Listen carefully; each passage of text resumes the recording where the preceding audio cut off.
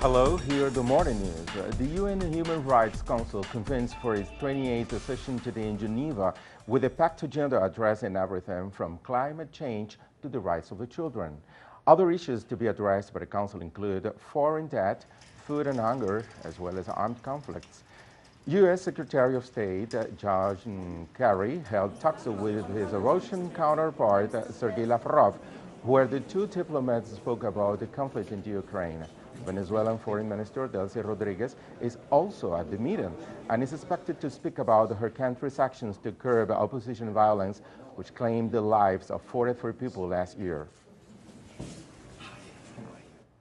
U.S. Vice President Joe Biden is in Guatemala for a two-day visit in which he plans to meet with three Central American presidents to address various issues, including migration from the region to the United States. Salvador Sánchez Serén from El Salvador, Juan Orlando Hernandez from Honduras, and Guatemalan President Otto Pérez Molina are scheduled to meet with the U.S. Vice President in order to discuss funding priorities aimed at low immigration. Leaders have spoken about the need to boost economic growth, job opportunities, access to health and education, as well as improving security in the region as necessary for reducing the flow of immigrants. With violence being acknowledged as a driver for migration, recent figures are listing the Honduran capital of Tegucigalpa as the most violent city in the hemisphere raises many concerns. Gerardo Torres has this report. In the first 58 days of 2015, 692 people have been murdered in Honduras, meaning an average of 12 assassinations daily. And in the capital, Tegucigalpa alone, 135 people have been murdered. The city has a population less of 1 million, giving it the highest rate of deadly violence on the continent. We received this information with a lot of shame because the capital already was in the list of the world's most dangerous cities. And the recent violence that we see each day has made it the most violent in Latin America and the world. The problem is impunity. Here people are committing a crime or killing someone knowing full well that there will be no consequences for that crime.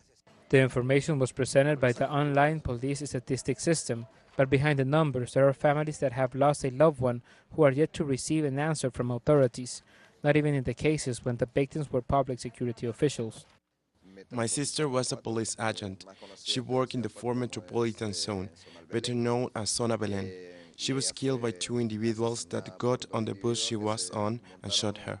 Marvin's family continues living in Tegucigalpa, even though the murder of the family member was more than 2 years ago and there has been no investigation. It's complicated to live in this city. Everywhere you could be robbed and they can kill you for your cell phone if you don't give them away, even if it's not a good one. It's complicated living in such a dangerous city. Outside of the government rhetoric, the numbers are loud and clear, and something is wrong when there's a huge number of murders and authorities are taking it as normal. Gerardo Torres, Telesur, Central America. A group of 6 senior officials from Colombia's armed forces will meet at the leaders of the FARC rebel group in Havana to discuss terms for a bilateral ceasefire. Colombian President Juan Manuel Santos made the announcement. Many experts say the move could mark a major breakthrough towards a final peace agreement. And also in Cuba, a U.S. agricultural delegation began a 3-day visit Monday. The group is looking for potential business partners while also urging the U.S. Congress to end the blockade against the island. The 95-person delegation, organized by the U.S. Agricultural Coalition for Cuba, says the farmers are missing out on a $2 billion market due to the U.S. imposed restrictions. And also bring to you a message. Just days after Mexican President Enrique Peña Nieto announced that the country's Attorney General was to be moved to a different office, the appointment of a replacement for the position has stirred controversy in the scandal-marred nation. Our correspondent Clayton Cohn has more.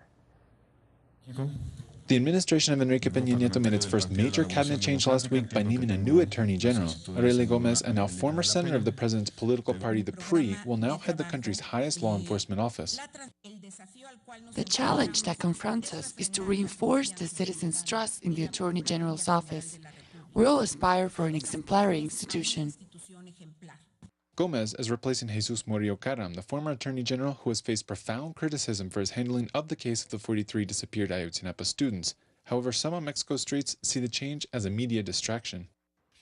I believe that all functionaries at a certain level and above, considered to be high officials, those that have immunity, all of them embraced and cuddled by the media.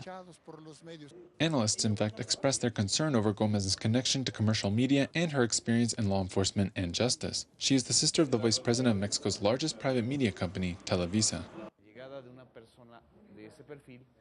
The implication of the arrival of a person of that profile could be used for the infiltration of case files of political adversaries of the Peña Nieto government, to be used in the most important television company of the country. Gomez will be assuming the reins of an institution that continues to suffer in the shadow of national and international criticism over its handling of human rights abuses and resolving high-profile cases such as Ayotzinapa. Clayton Khan, Telesur, Mexico City. And President Ollanta Humala called on Santiago to provide a satisfactory response to the allegations that 3 Peruvian naval officers were spying for Chile. Humala said his government has sent a letter of protest to the Chilean government, adding that the revelations are threatening to destabilize ties between the two countries. Humala also spoke to the press about plans to privatize the state-run oil company.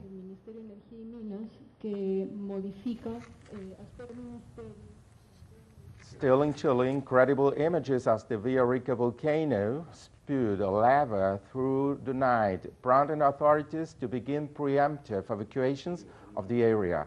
The volcano, located almost 800 kilometers south of Santiago, is part of Chile's volcanic chain, the second largest and busiest in the world after Indonesia. And the governments of Russia and Ukraine came to an agreement on delivery of gas until the end of March. The deal secures supplies to Europe after a dispute between the two countries over deliveries to rebel-held regions in the east of Ukraine. Kiev cut off gas to the Donbas, prompting Russian gas giant Gazprom to threaten to disrupt gas flows to Ukraine due to lack of payment. Ukraine says it will continue to pay for fuel in advance, as agreed to in October. A Turkish delegation arrived in Damascus over the weekend to discuss the strained relations between the two countries. We go to Nashwan Abdullah for this report. The former Turkish officials met the Syrian Foreign Minister Walid al-Muallim on Sunday and agreed that the current Turkish policies of President Erdogan towards Syria are not in the interest of either the Turkish nor Syrian people. And we are against the policy of Tayyip Erdogan and Davutoğlu. They are supporting the terrorists in Syria, and they are export the terrorists to Syria. Now, Turkey is importing the terrorists from Middle East because they are sent these terrorists, and the Turkish people is against this policy.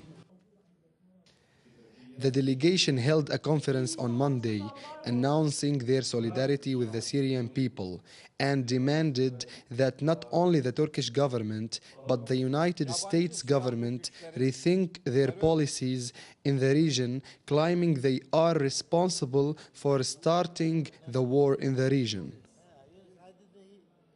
And those who caused this civil war, these terrorist attacks, now in part present themselves as diplomatic negotiators helping out from the conflict. And this is wrong. Many unofficial delegations came to Syria and announced their solidarity with the Syrian people. But the people of Syria are waiting for more pressure on the governments who are continuing in aiding terrorism and supporting armed groups. Nashwan Abdullah, Telesur, Damascus, Syria. A tragedy in China today, as at least 20 people from an opera company died after a bus fell off a cliff. Earlier reports say that another 13 were injured in the accident in the central province of Henan. Fatal road accidents are said to be a constant problem in China, especially given the country's often overcrowded long-distance buses. Lesotho's current prime minister is leading as a result from the African country's February the 28th general elections trickle in. The electoral authorities say that Prime Minister Tamak Tabani's All Lesotho Convention Party is ahead in 78 out of 80 voting districts. Some 40 proportional representation seats are yet to be distributed. Results are expected by Thursday. With 100 days left until South America's largest soccer tournament kicks off in Chile, the hosts unveiled the facilities where July's Copa America will be played.